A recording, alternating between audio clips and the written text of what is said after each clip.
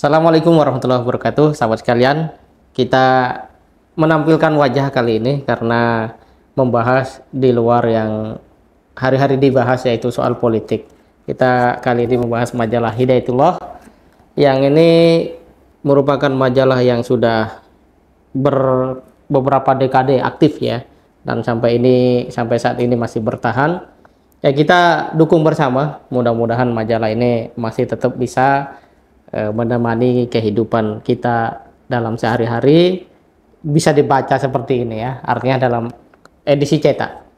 Dan di sini tema besarnya adalah agar dakwah tak salah langkah.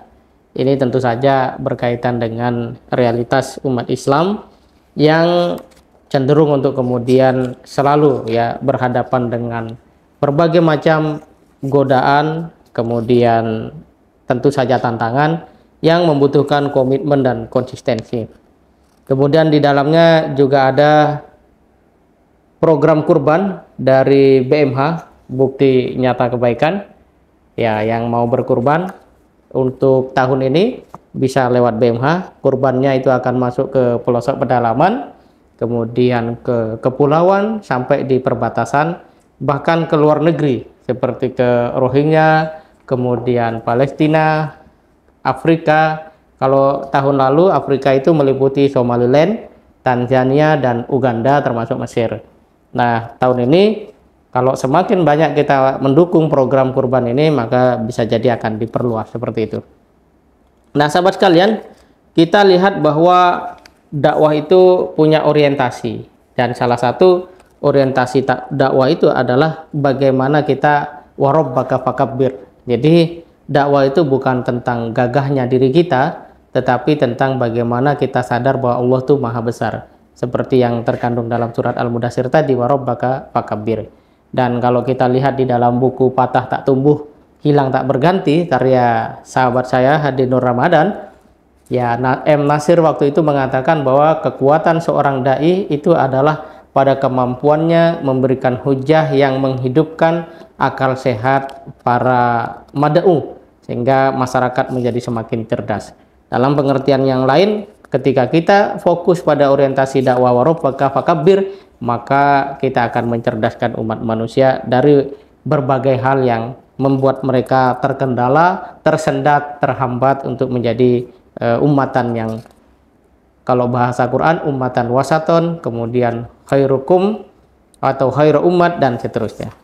Nah, kita lebih jauh di sini juga ada tentang perjalanan sepak bola di Indonesia ya. Yang kemarin rame-rame ada juga diulas di sini. Nanti teman-teman bisa baca semua, karena tidak mungkin saya ulas di sini satu persatu per rubrik, mengingat ya waktu atau timing yang ada di dalam diri kita.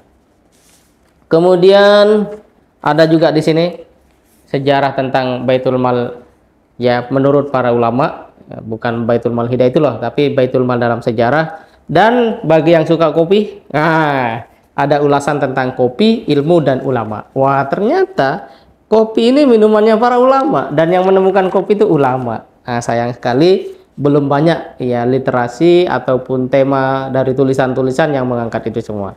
Kita memang butuh ya orang-orang yang memiliki kemampuan kreatif untuk mendakwahkan hal-hal yang memang sebenarnya itu dalam sejarah Islam dekat ya. Taruhlah kopi.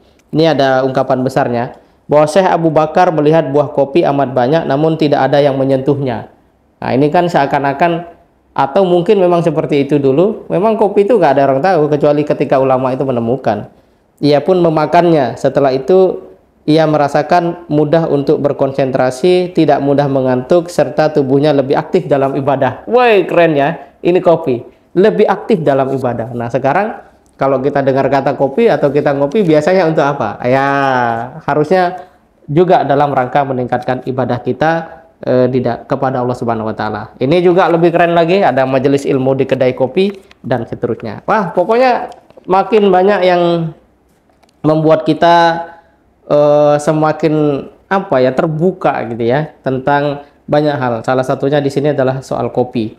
Nih, kopi di mata para ulama, kemudian kitab-kitab tentang kopi. Wah, luar biasa ya. Ini mungkin saya kisahkan. Ya, ada kisah menarik tentang para pengikut Syekh Ikhlas Al-Halwati, yaitu dikisahkan oleh Al-Muhibbi bahwa setiap tahunnya di musim dingin ia memiliki perkumpulan. Para muridnya berpuasa 3 hari dan mereka berbuka ketika matahari terbenam dengan hariroh atau gandum yang dimasak dengan susu dan roti dari gandum lebih dari auqiyah atau 119 gram. Mereka tidak meminum air tawar namun meminum kopi. Wow.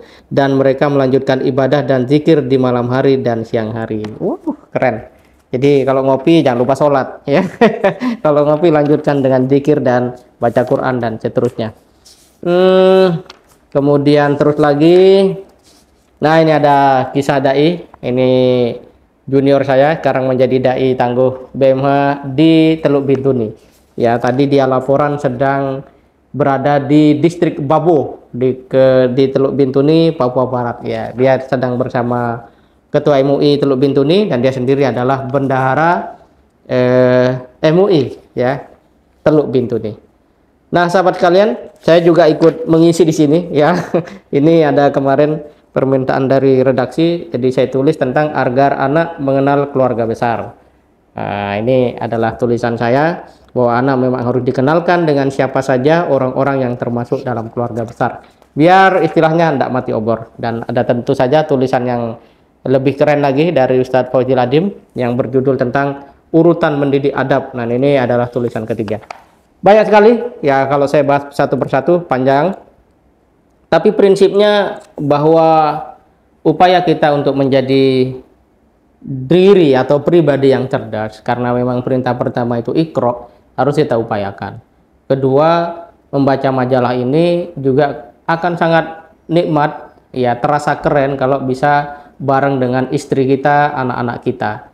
Wah, walaupun kalau anak-anak sekarang lebih suka handphone, paling tidak dia melihatlah ayah dan ibunya itu membaca majalah, sehingga ada kenangan dalam memori mereka bahwa ketika mereka asik main handphone, oh ternyata ayah ibunya adalah seorang pembaca dan salah satu yang dibaca adalah majalah. Artinya berupaya membaca dalam keluarga, memberikan teladan walaupun ya tidak maksimal atau kita bukan seorang profesor gitu cara membacanya, paling tidak itu akan menjadi sebuah kenangan bagi anak-anak kita. Syukur-syukur kalau anak-anak sudah bisa ikut membaca, lebih-lebih bercita-cita juga ingin menulis, berdakwah dengan pena. Saya pikir ini semoga bermanfaat. Assalamualaikum warahmatullahi wabarakatuh.